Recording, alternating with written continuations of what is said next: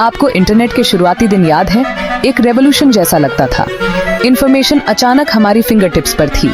Google आया, एक simple सा सर्च बॉक्स। उसने वादा किया कि वो दुनिया की इंफॉर्मेशन को ऑर्गेनाइज करेगा। उसका मकसद था इसे यूनिवर्सली एक्सेसिबल और यूजफुल बनाना। यह एक पावरफुल, एक्साइटिंग विजन था। इससे हमारे सीखने का तरीका बदल गया। इससे हमारे एक दूसरे से कनेक्ट करने का तरीका बदल गया। इंटरनेट सबके लिए एक बहुत बड़ी ओपन लाइब्रेरी थी। ये नई डिजिटल दुनिया उम्मीदों से भरी थी।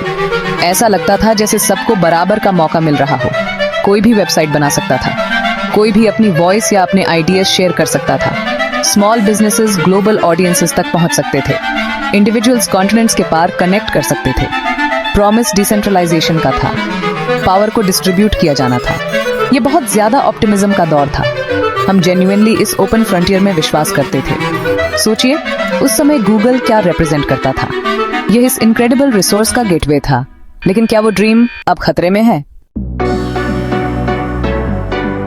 अब एक नई रेस शुरू हो गई है। यह एआई रेस है। माइक्रोसॉफ्ट और गूगल सबसे आगे हैं। वे बिलियंस इन्वेस्ट कर रहे हैं। वे बहुत तेजी से नए एआई प्रोडक्ट्स लॉन्च कर रहे हैं। माइक्रोसॉफ्ट ने एआई को अपने सर्च इंजन बिंग में इंटीग्रेट किया है। उनके सॉफ्टवेयर में कोपायलट जैसे टूल्स हैं। ये टूल्स हमारे काम करने का तरीका बदलने का वादा करते हैं। वे हमारे साथ लिखने, कोड करने, क्रिएट करने की ऑफर देते हैं। इन लॉन्चेस की स्पीड चौंका देने वाली है। गूगल भी ज्यादा पीछे नहीं है। उन्होंने अपना powerful AI model Gemini unveil किया है। वे गूगल सर्च में एआई को गहराई से एम्बेड कर रहे हैं। वे अलग अलग कामों के लिए एआई टूल्स भी डेवलप कर रहे हैं। सोचिए, एआई आपके सर्च रिजल्ट्स में समरीज जनरेट कर रहा है, या एआई आपको ईमेल्स और डॉक्यूमेंट्स ड्राफ्ट करने में हेल्प कर रहा है। यह अब हो रहा है। यह अब साइंस फिक्शन नहीं रहा, लेकिन यह तेज एडवांसमेंट नई कंसर्न्स भी लाती है। क्या हम बहुत तेजी से आगे बढ़ रहे हैं? हाल के एआई लॉन्चेस इंप्रेसिव हैं, इसमें कोई शक नहीं है। माइक्रोसॉफ्ट की ओपन एआई के साथ पार्टनरशिप ने हमें चैट जीपीटी दिया। क्या हम नई दीवारें बना रहे हैं? इन टेक जायंट्स का डोमिनेंस एक लंबी परछाई डालता है। स्मॉल स्टार्टअप्स को compete करना मुश्किल हो रहा है। एक नई कंपनी माइक्रोसॉफ्ट या गूगल के रिसोर्सेज का मुकाबला कैसे कर सकती है? इन जायंट्स के पास इनॉर्मस डेटा सेट्स का एक्सेस है। उनके पास वास्ट कंप्यूटिंग पावर है। उनके पास रिसर्चर्स और इंजीनियर्स की फौज है। इससे एआई डेवलपमेंट में एंट्री के लिए एक इनक्रेडिबली हाई बैरियर बन जाता है। इनोवेशन दब सकता है। शुरुआती इंटरनेट के बारे में सोचिए। वह स्टार्टअप्स के लिए एक उपजाऊ जमीन थी। बहुत सारे नए आइडियाज फले फूले। गूगल खुद एक स्मॉल प्रोजेक्ट के तौर पर शुरू हुआ था, लेकिन एआई लैंडस्केप कुछ डिफरेंट लगता है। कटिंग एज एआई बनाने के लिए जो कैपिटल चाहिए वो इमेंस है। इसका मतलब है कि पावर और ज्यादा कंसोलिडेटेड हो रही है। कुछ लार्ज कंपनीज एआई का फ्यूचर कंट्रोल कर सकती हैं। एक हेल्थी टेक इकोसिस्टम के लिए यह एक वरीइंग ट्रेंड है। हमें इनोवेशन में डाइवर्सिटी चाहिए। क्या हम ओपन कंपटीशन की स्पिरिट खो रहे हैं? कोड और क्रिएटिविटी, जॉब्स पर एआई का इम्पैक्ट। चलिए जॉब्स पर इसके इम्पैक्ट के बारे में बात करते हैं। डेवलपर्स पहले से ही चेंजेस देख रहे हैं। गिटहब कोपायलट, जो माइक्रोसॉफ्ट का है, एक एआई पेयर प्रोग्रामर है। यह कोड सजेस्ट करता है। यह पूरे फंक्शंस लिख सकता है। इससे कई लोगों की प्रोडक्टिविटी बूस्ट हो सकती है, लेकिन यह क्वेश्चंस भी उठाता है। क्या यह ह्यूमन प्रोग्रामर्स के स्किल्स को डिवैल्यू कर देगा? क्या जूनियर डेवलपर्स को सीखना और ग्रो करना मुश्किल लगेगा? सॉफ्टवेयर डेवलपमेंट का नेचर तेजी से इवॉल्व हो रहा है। फिर क्रिएटिव इंडस्ट्री है। हॉलीवुड करीब से देख रहा है। गूगल जूल्स जैसे एआई टूल्स के साथ एक्सपेरिमेंट कर रहा है। यह एआई वीडियो गेम्स के लिए कंटेंट जनरेट करने में हेल्प कर सकता है। इमेजिन कीजिए, एआई स्क्रिप्ट्स लिख रहा है, स्टोरी बोर्ड्स बना रहा है, या इवन विजुअल इफेक्ट्स जनरेट कर रहा है।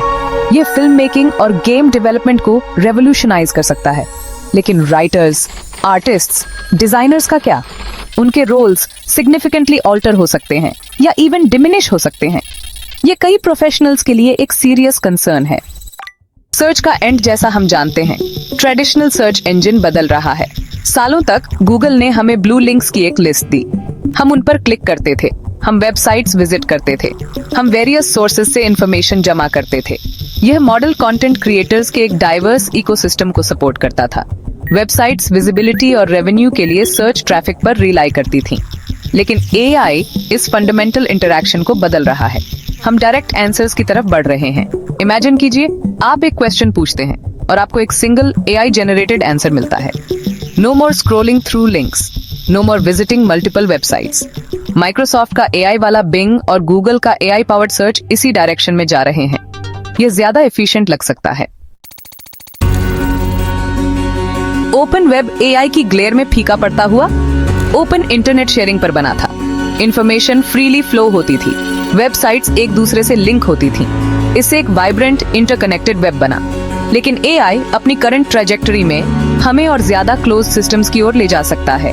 अगर AI मॉडल्स इंफॉर्मेशन एक्सेस करने का प्राइमरी तरीका बन जाते हैं, तो जिस कंटेंट पर उन्हें ट्रेन किया जाता है वह क्रूशियल हो जाता है।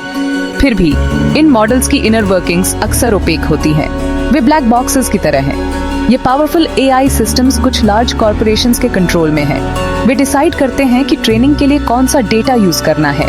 वे डिसाइड करते हैं कि AI इंफॉर्मेशन को कैसे इंटरप्रेट और प्रेजेंट करेगा। कंट्रोल का यह सेंट्रलाइजेशन ओपन इंटरनेट के लिए डायरेक्ट थ्रेट है। जो वेब हम जानते थे वह डिसेंट्रलाइज्ड था, वह मेसी था, लेकिन फ्री भी था।